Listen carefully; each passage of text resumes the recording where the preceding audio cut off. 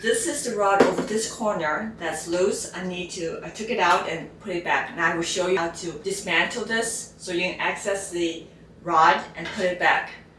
Save the landfill, repair your washer. It's not difficult, just take some time and the enjoyment of accomplishments. So this is a G top load washer.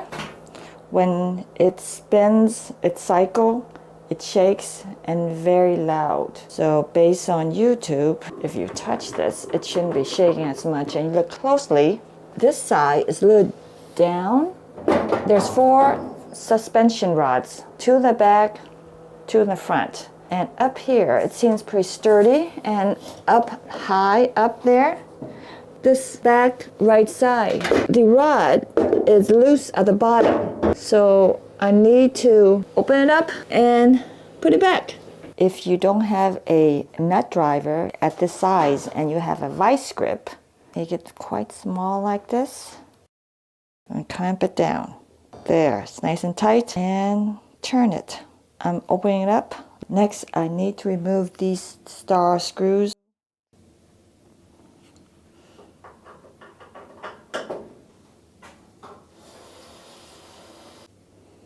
So remove this. Now I'm going to remove some of the cables. Always, before you remove the cables, take pictures so that when you put it back, you remember where it goes. I took pictures already. I only removed this cable and this tube back here that attached to this. So these 2 cables are long enough, so I'm going to think that I have enough room to remove the front top cover. There should be 2 tabs in front here. I need to push those in to release the top. Let me try to do this first. There. Oh, I think this is releaser, right? There's tape on the side, so I need to remove the tape. That's how easy it is. Okay, here you go. Release these 2 tabs from here, and the front cover will release itself. Okay, here you go. I didn't need to remove the water valve supply line. Remove the front cover. Look how dirty they are. So these are suspensions. Suspension rods goes all the way up. Other side, the front, other side. I don't know why there's so much lint. Do you guys know why there's so much lint?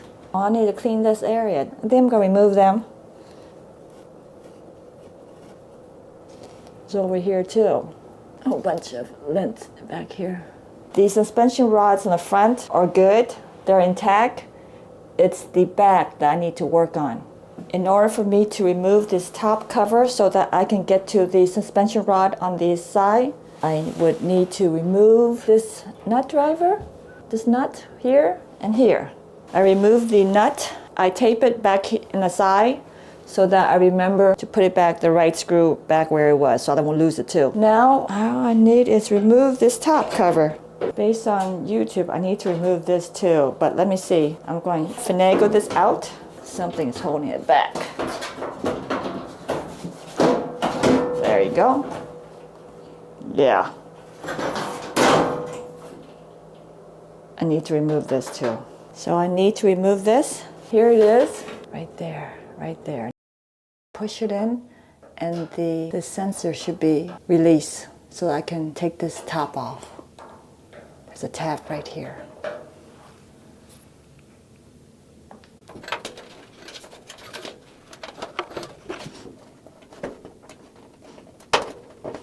There. See?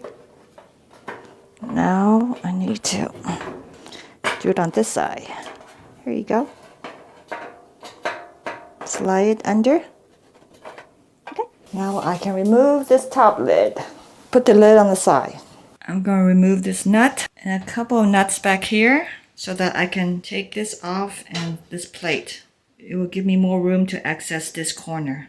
Since I don't have a nut driver, this vice grip will work, but there's not enough room, so I need to open and close it, and turn it, open. Next, I'm going to remove this nut and this other nut over here so that I can remove this metal plate here to get access to the rod. Okay, I remove all the nut at the back of this plate. Now I can try to take this out. I need to remove this grommet. Just turn it to the edge there and then it will be released. This is out. Here is the rod in the back that we need to reinstall. This is the rod in the front and this is the rod in the back. So now I will need to put it in the back underneath this black bracket, just like this, in the back.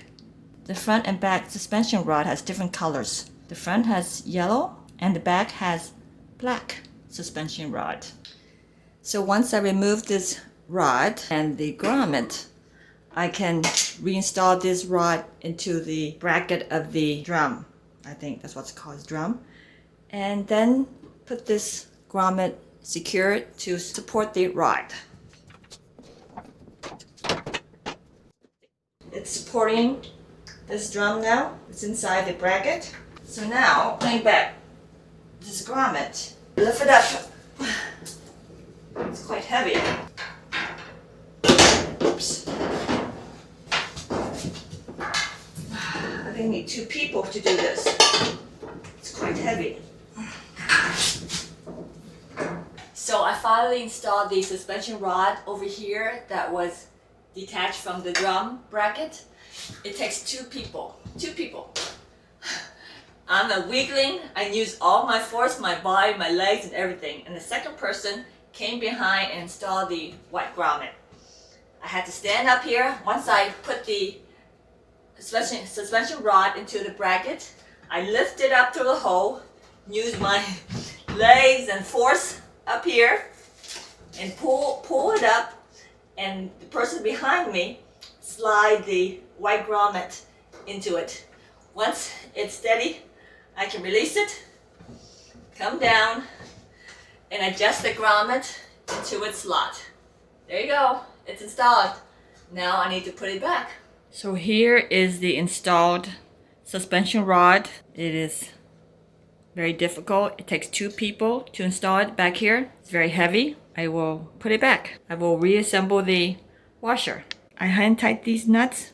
1, 2, 3, 4, and 5. Now I will tighten them down. All 4 rods are installed. Now I will slide the top in and put the front cover in. Everything is good, it's stable. They said that when you touch this, it should not be wiggling and it should be completely balanced.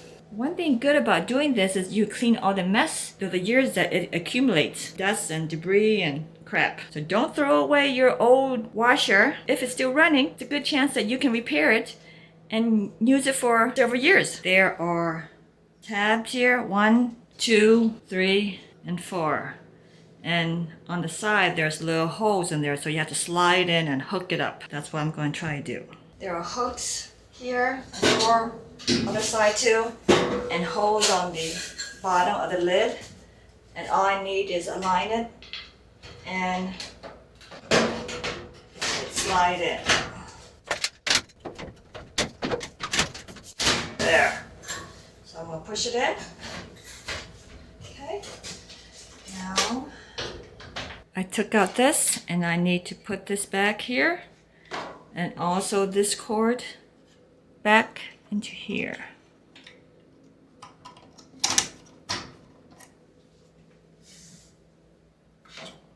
Reinstall that and got that. Now, oh no, now I need to put this thing back. Shoot. I need to reinstall this sensor at the bottom. So slide up through the hole. And it should clip down. Sweet, so I'm going to press this down. And there. So I put back the screws nut back here on the plate. And these star screws on top, 4, and also the screw nut here to secure the top lid and also on the other side. I'm not going to put back the cover. I'm going to test it right now. Putting the cover is quite easy. Okay, so I put all the screw nut back here. They're all back installed with the grounding or screw right here. They're all back. And now I am going to test it out. I left the covers out. Now let's test it. So after I tested it, it filled the washer. However, it did not stop. When I put it into spin, it will spin and remove the rest of the water. I opened it up and found out that this tube here is not attached to here. I remember I did put it back. It must have been when I put the control panel back, it got loose. So now I had to be very careful when I reassemble the control panel back. That is a problem. Let me push it back in. I reinstalled the tube.